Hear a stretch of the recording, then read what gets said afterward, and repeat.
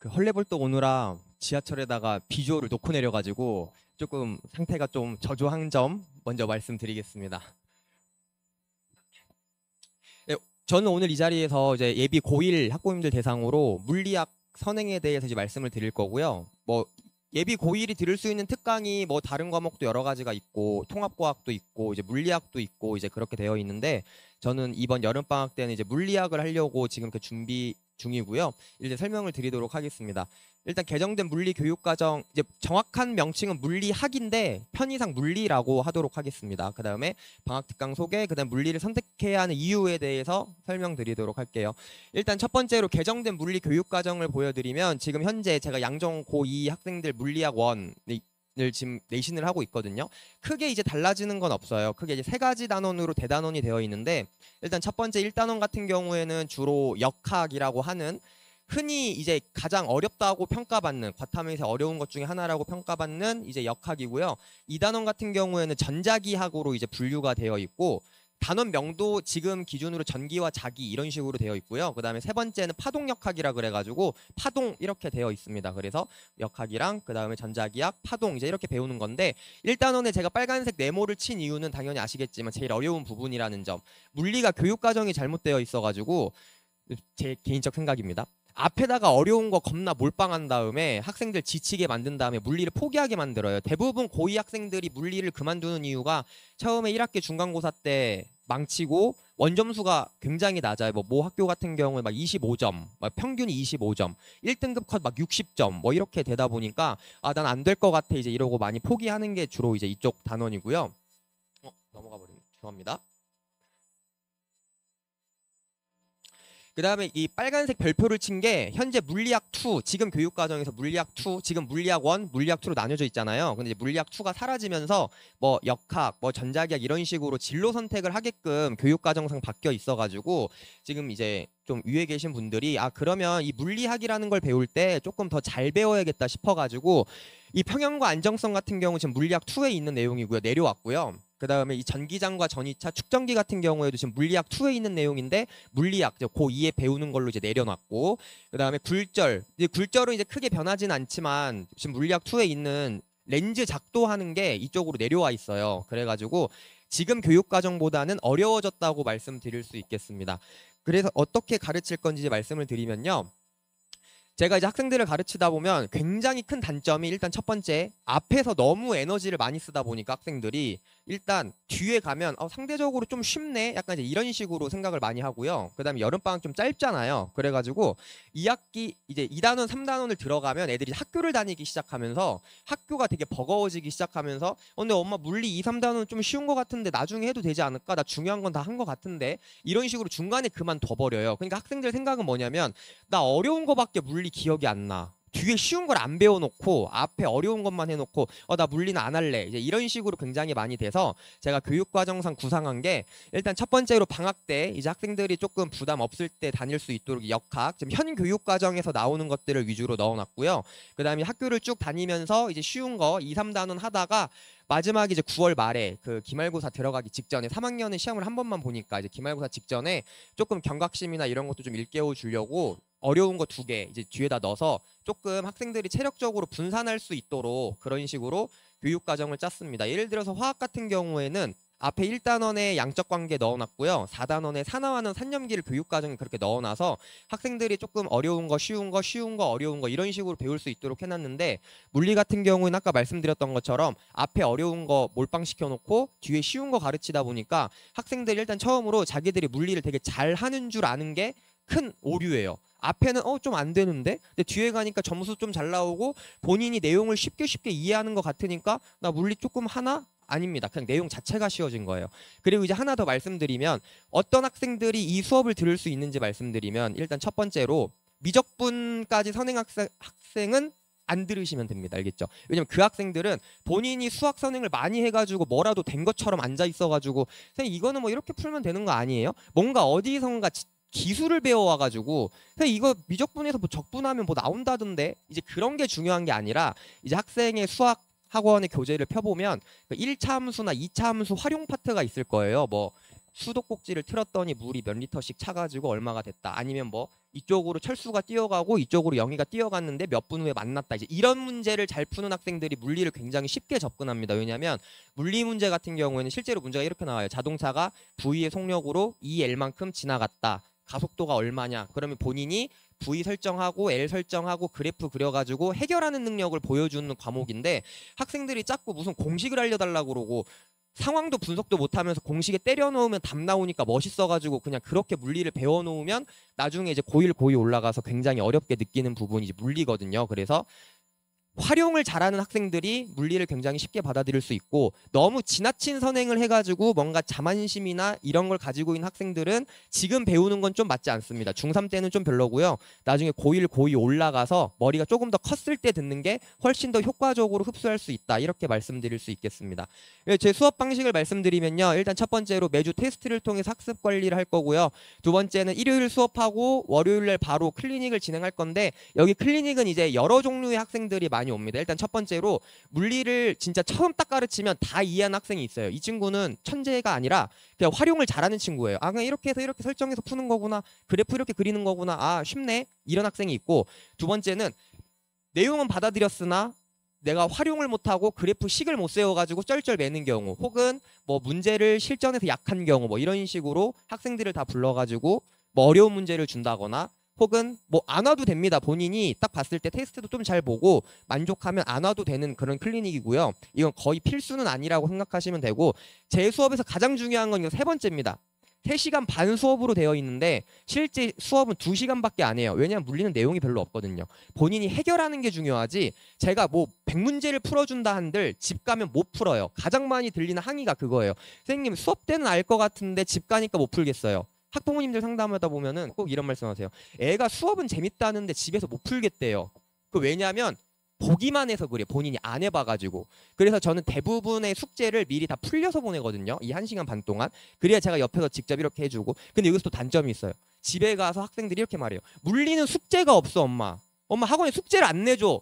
숙제를 안 내주는 게 아니라 숙제를 내줬으나 그 학생이 자신의 역량껏 이 시간 내에 해결했기 때문에 숙제가 없는 거예요.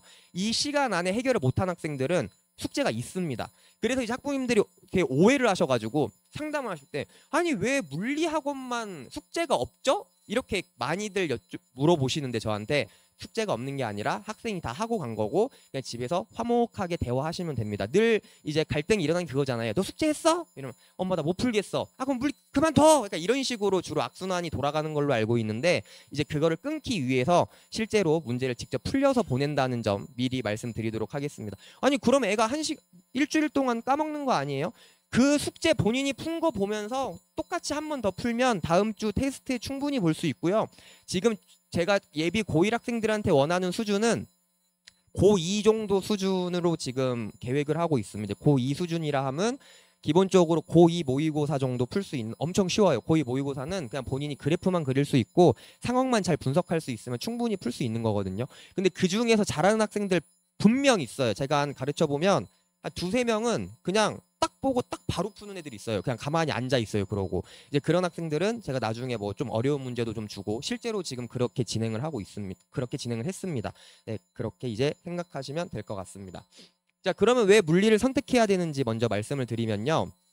사실 물리가 그동안 근 10년 동안 기피 과목 중 하나였어요. 그래서 제가 지금 한가람고 1학년 학생들 가르치는데 이제 물스라이팅을 하고 있거든요. 이제 고2 과목을 선택해야 되니까. 심지어 이번에 기말고사 때 물리 파트를 또 가르쳐가지고 애들이 물리 재밌는데요? 이런 식으로 많이 말을 하길래 물 들어올 때 노 저어야겠다. 그래가지고 당연히 물리 선택해야지? 이러면 이제 하나같이 하는 말이 수학학원에서 물리 선택하지 말래요. 뭐 선배들이 물리 선택하지 말래요. 물리는 망한대요. 근데 실제로 말씀을 드리면 한가람고가 한 학년에 180명이 180인데 그중에 물리가 44명이고요. 화학이랑 화학이랑 생명과학이 80명이고요. 그 이제 지구과학이 100명이거든요. 왜냐면 또 문과 애들은 과탐을 하나씩밖에 선택을 안 하기 때문에 되게 물리가 적어요. 근데 생각을 해보면 40명 중에 1등급 2명 나오고요. 80명 중에 3명 나오고 100명 중에 4명 나와요. 제가 학생들한테 그랬어요. 야, 너네 40명 중에 2명이면 38명을 째끼면 되지만 80명 중에 3등 안에 들려면 77명을 째껴야 되는데 근데 가능하겠냐? 이제 이런 식으로 계속 이제 흔히 물스라이팅 이제 애들은 그러거든요. 물스라이팅 한다고. 네. 근데 맞는 말이거든요, 이게. 이제 또 쉽게 말하면 지구과학 선택하면은 4등 안에 들리면 96명을 째껴야 돼요. 그래서 제가 그 애들은 그러죠. 야, 너네가 물리만 못한다는 보장이 있어? 난 너네 화학도 못할 것 같아. 약간 이런 식으로 이제 오히려 학생들한테 좀 자신감을 좀 심어주려고 학생들이 워낙 기피하다 보니까 네. 근데 이제 또 문제가 뭐냐면 그런 기피 현상 때문에 학생들이 지금 근 10년 동안 물리를 선택을 안 하고 이학 계열이나 공학 계열을 진학하니까 흔히 이제 생명과학, 지구과학을 보고 수능을 보고 오니까 대학에서 가르쳤더니 일반 물리나 공학 물리를 가르치려 봤더니 애들이 물리 공식 하나도 모르고 용어도 모르고 앉아 있고 다 물어봤더니 생명과학, 지구과학 하고 왔다 이러고 있으니 이제 대학교에서 좀 화가 나가지고 잘 모르겠지만 이제 비유하자면 서울대학교 같은 경우에는 이제 정시 모집인데요. 최근 한 3년 전인가 4년 전에 툴을 고집을 하다가 툴을 이제 내려놓고 대신에 이런 과에 오려면 물리나 화학 중에 하나는 꼭 선택해라 라고 이미 명시를 해놨고 이게 지원 자격입니다. 이걸 꼭 봐야 지원을 할 수가 있다. 근데 신기한 게 여기 보면 의대도 물리나 화학 중 하나 선택해서 와라 이제 이런 식으로 얘기를 하고 있거든요. 근데 비단 이게 서울대뿐만 아니라 지금 다른 상위권 대학에서도 이런 물리를 계속 권장하려고 노력을 하고 있고요. 이건 이제 수시 모집에서 서울대학교에서 너네가 어떤 과목을 들었는지 생기부에 적혀 있는 걸 보겠다. 그래서 이런 과를 진학을 하려면 너네가 생기부에 물리학이랑 물리학 2를 이수했다고 적혀 있으면 좋을 것 같은데 라고 권장 과목으로 명시가 되어 있어요. 그래서 이제는 단순히 등급을 잘 따려고 쉬운 과목이나 이런 편한 과목을 선택해서 대학을 가는 시대가 아니라 진짜 그 대학에서 원하는 역량이 무엇인지 이미 명시가 되어 있기 때문에 그거에 맞춰서 준비하는 것도 하나의 전략이 될 수 있다. 이렇게 생각을 많이 하고 있습니다. 이건 연세대학교 수시 모집인데요. 여기서 이제 연세대학교 같은 경우에는 서울대나 고려대학교랑 달리 과목을 명시하지는 않았어요. 대신에 여기 뭐라고 써 있냐면 가장 제가 좋아하는 단어인데요. 소인수 과목. 즉 인원수가 적더라도 너네가 등급을 따고 싶은 욕심 알겠는데 너네가 이과에 진학하려고 물리나 화학을 들은 게 맞는지 확인을 하겠다 이거예요. 40명이어도 물리를 했는지 확인을 하겠다 이제 이거죠. 그래서 그런 계열 그 학과에 맞는 공부를 했는지 확인을 하겠다 이제 이거고요. 그리고 또 밑에 보면은 그래도 너네 성적은 확인은 하겠다라고 밑에 이렇게 다 명시를 해놨습니다. 그래서 그 과목을 선택하는 것도 중요하고 선택을 했으면 끝까지 공부하는 것도 중요하고 네, 연세대학교에서는 그렇게 지금 얘기하고 있습니다. 이거 이제 고려대학교인데요. 이제 흔히 취직이 잘 된다라고 일컫는 사회적으로 일컫는 과들에서도 다 화학이나 물리, 특히 물리가 굉장히 많이 적혀 있어요. 제가 물리 적혀 있는 거 다 동그라미 쳤는데 물리를 들어야 내가 너네 학교에서 공부 잘했다고 내가 인정을 해주겠다. 우리 학과에 올만하다라고 평가를 하겠다. 이제 이런 겁니다. 그리고 두 번째 이유는요. 물리가 이건 전 좀 아주 기쁜 소식 중 하나인데 드디어 물리가 꼴등에서 탈출을 해가지고 수능 선택 인원수거든요. 그래서 늘 물리가 꼴등을 하다가 드디어 물리가 화학부터 하나씩 추월을 했고 이 지구과학이랑 생명과학을 추월을 하려면 아마 제 다음 자손 때는 가능하지 않을까 싶은데 지금 거의 두세 배 정도 되거든요. 예. 이게 왜 그러냐면 지금 현 수능으로 말씀드리면 교육과정이 살짝 다르지만 지금까지는 솔직히 말씀드리면 물리가 좀 어렵게 나오긴 했어요. 어렵게 나오긴 했는데 화생지에서 변별력을 갖추기 위해서 문제를 되게 어렵게 내기 시작하고 물리에서는 문제를 되게 쉽게 내는 취향으로 바뀌어가지고 내용 자체도 되게 적고요. 그러니까 예를 들어서 생명과학 같은 경우에는 유전, 뭐 이제는 교육과정이 바뀌면서 유전이 진로 선택으로 넘어갔지만 지금 상황이 여기는 되게 변별력을 갖춰야 될 필요성을 느끼고 문제를 어렵게 내기 시작하고 물리 같은 경우에는 이제 너무 어렵게 냈나 이러면서 조금 성향을 바꾸기 시작하면서 학생들이 물리 괜찮네 물리 고2 때 내신을 배워보니 물리 괜찮네 이런 식으로 가다 보니 이제 이런 식으로 비율이 높아지고 있다라고 저는 추측을 하고 있고 일단 기본적으로 이공계 인원수가 확 증가를 했습니다. 이제 그 이유는 문이과가 통합되면서 문과에 대한 메리트가 되게 없어지고 이과가 상대적으로 메리트가 많이 높아지다 보니까 네, 이과 선택자가 많이 늘었고 그 중에서도 물리 비율도 증가하고 있다는 점 네, 꼭 기억해 주시기 바라겠습니다. 마지막으로 이제 현 중3 굉장히 뜨거운 이슈 중 하나죠. 내신의 등급 변화. 그래서 지금 현재 9등급제를 이용하고 있는데 그래서 흔히 1등급 하면 이 4% 안에 들고 싶어 하지만 지금 이제 현 중3 같은 경우에 내신이 5등급제로 바뀌면서 10%까지 1이라는 숫자를 받을 수가 있거든요. 물론 대학에서 뭐 등수나 이런 표준 편차나 이런 것들을 이용을 하겠지만 어쨌든 표면적으로 1등급에 들 수 있는 비율이 높아지기 때문에 그런 어떤 소인수 과목, 소수 과목이라는 두려움을 조금 떨쳐버리고 과감하게 선택할 수 있는 상황이 되었다. 이렇게 말씀드릴 수 있겠습니다. 그리고 마지막으로 제 어필을 조금 하자면 그 예비 고1 특강 지금 통합과학도 특강하고 있고 고2 학생 물리학 내신도 내신 수업도 하고 있거든요. 그 아까 원장님께서 말씀하셨지만 저한테 들은 학생들은 저한테 계속 선택해서 들어오려고 하는 현상이 있어가지고 또 워낙 유머나 외모가 되기 때문에 이제 아마 그런 걸 보려고 오는 것 같아요. 그래서 특히 물리 같은 경우에는 수학도 마찬가지고 물리는 특히 배웠던 선생님한테 배워야 그 흡수력이 훨씬 빨라요. 왜냐하면 저는 뭐 그래프로 가르치는데 다른 옆에 있는 학원의 선생님은 공식으로 가르친다. 물론 둘 다 맞는 풀이 방법입니다. 뭐 풀이는 여러 가지가 있으니까. 근데 저한테 배웠다가 이 선생님한테 갔다가 다시 또 저한테 온다? 그럼 그동안 공부는 그냥 망한 거예요. 한번 뒤집었다가 다시 또 뒤집은 거예요. 그래서 그 학생은 굉장히 큰 혼란을 느끼게 되어 있을 거고 이번에 수업 들으시고 만약에 학생이 저랑 잘 맞는다고 하시면 나중에 통합과학 특강도 듣게 하시고 그때 또 통합과학 특강 들으면 또 물스라이팅 엄청 할 거거든요. 네, 자연스럽게 이제 물리 선택하시면 될 것 같습니다. 여기까지 설명드리겠습니다. 감사합니다.